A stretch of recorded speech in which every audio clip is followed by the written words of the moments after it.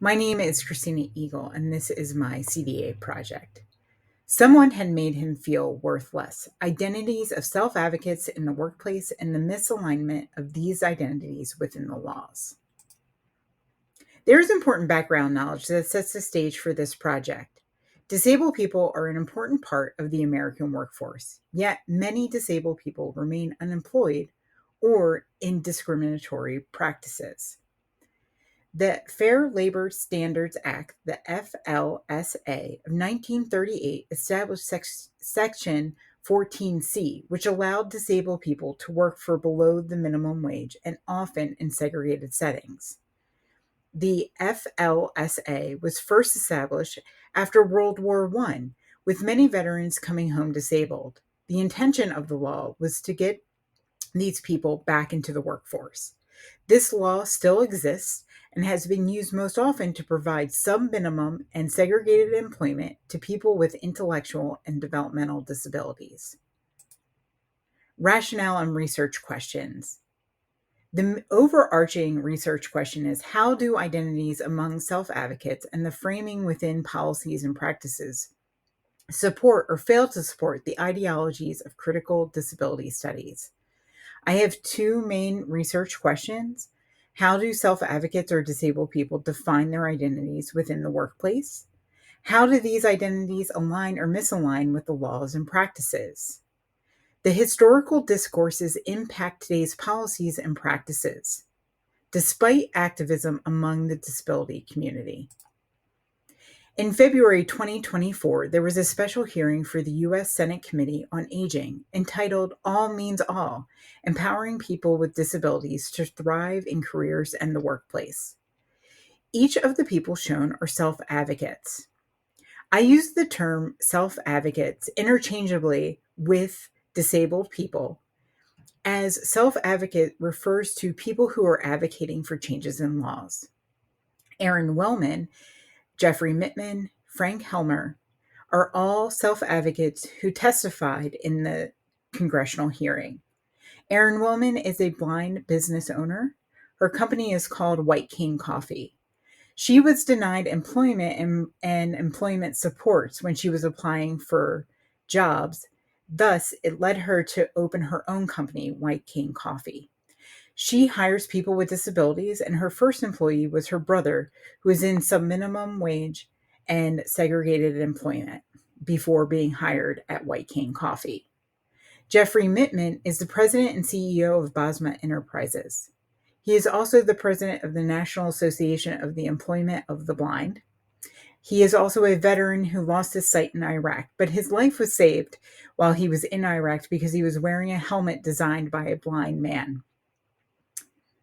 Frank Helmer is an autistic man who graduated from Arkansas Tech University with a 3.9 GPA. He was placed in sub-minimum wage employment, but now works as a data analyst. Senator Fetterman is a senator who had a stroke and discloses his disability in the congressional hearing, which is why I included him as a self-advocate. The laws examined. So, of course, we're going to look at the FLSA again, looking at that criteria for workers with disabilities who receive the 14C certificate. The Workforce Innovation and Opportunity Act, which is an amendment to the Rehabilitation Act of 1973. This is a guidance document from the Department of Labor to employers and vocational support providers on ways that they can transition people from sub-minimum wage employment to competitive integrated employment. And also looking at the definitions and the purpose of the Americans with Disabilities Act. Together, these laws show a span in time where there have been many changes within disability rights. There have been a number of models of disabilities which have emerged during this time. Models are definitions of what a disability is. These laws all use the medical model of disability, where the definition centers on the impairment of the person and the impact of that disability on the person. There are other models of disability as well. A social model, for example, focuses on the impact of the environment rather than the person. There are many models of disability, and again, these laws only use the medical model. Theories and approaches. So, I am using critical disability studies. The use of critical disability studies considers all of the models that I just described, and there are many more, and how the definition of disability fosters certain narratives, practices, and policies. And depending on the model, particularly the medical model, these narratives, practices, and policies are discriminatory. I'm also using faculty and discourse analysis, FDA, to look at the reproduction of knowledge and power within systems and institutions. And then I'm looking at G's figure roles and building task analysis, specifically identities, significance, relationships, and politics. For methods, the testimony was transcribed using Jefferson notation. I used memoing to identify themes. As those themes developed, I used FDA, looking at the problemizations, the historical discourse, technologies, power over self and others, subject positions, the discourse based on position, and subjectification, which refers to the values and ethics. And then I also looked at G's figured world and then building task analysis. To dive into the findings, I looked at the identities of self-advocates in the workplace. The first finding refers to disabled people are capable and valuable to the workplace. When given the opportunity, they can emerge as leaders and are enthusiastic about their work.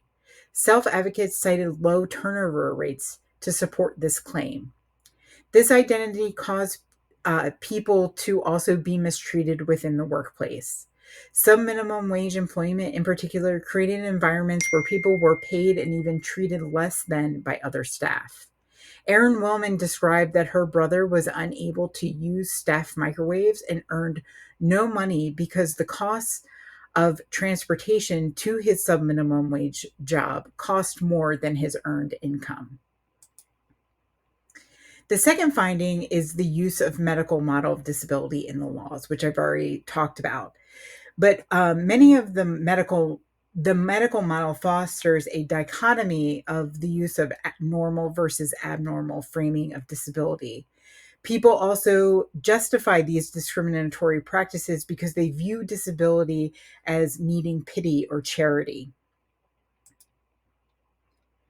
Many of the employers are vocational support providers who are tasked in finding jobs for people.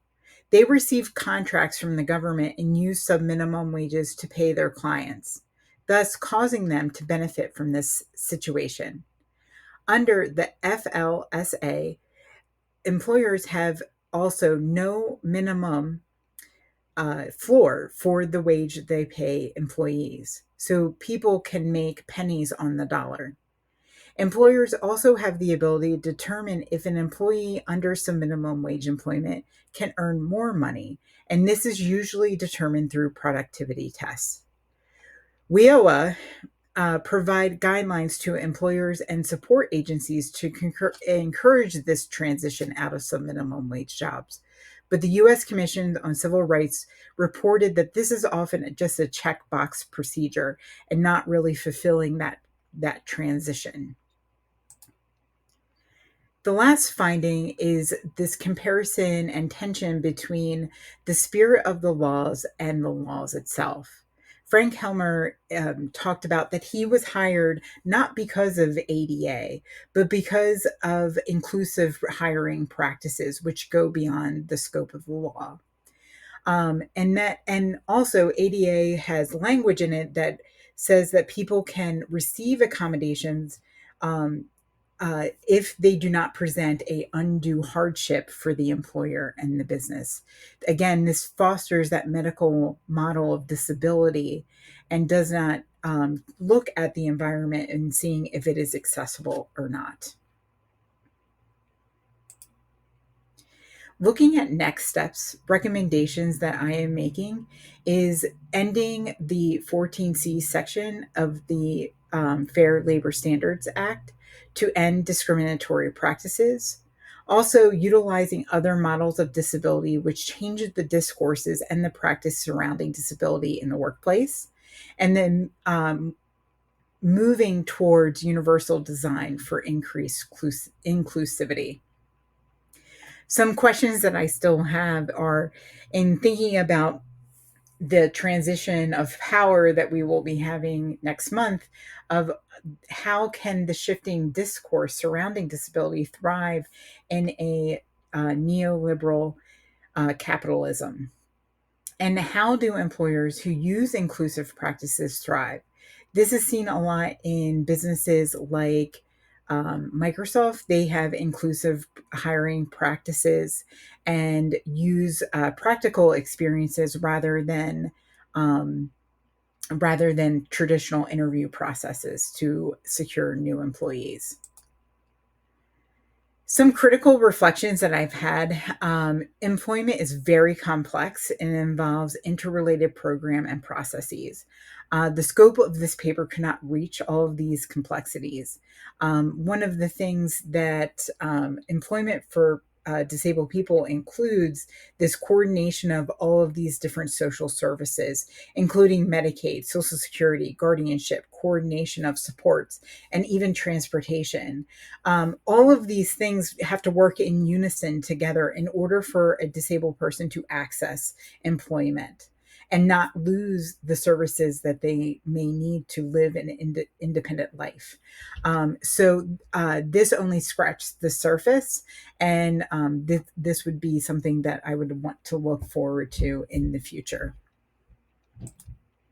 These are my references, and thank you for listening.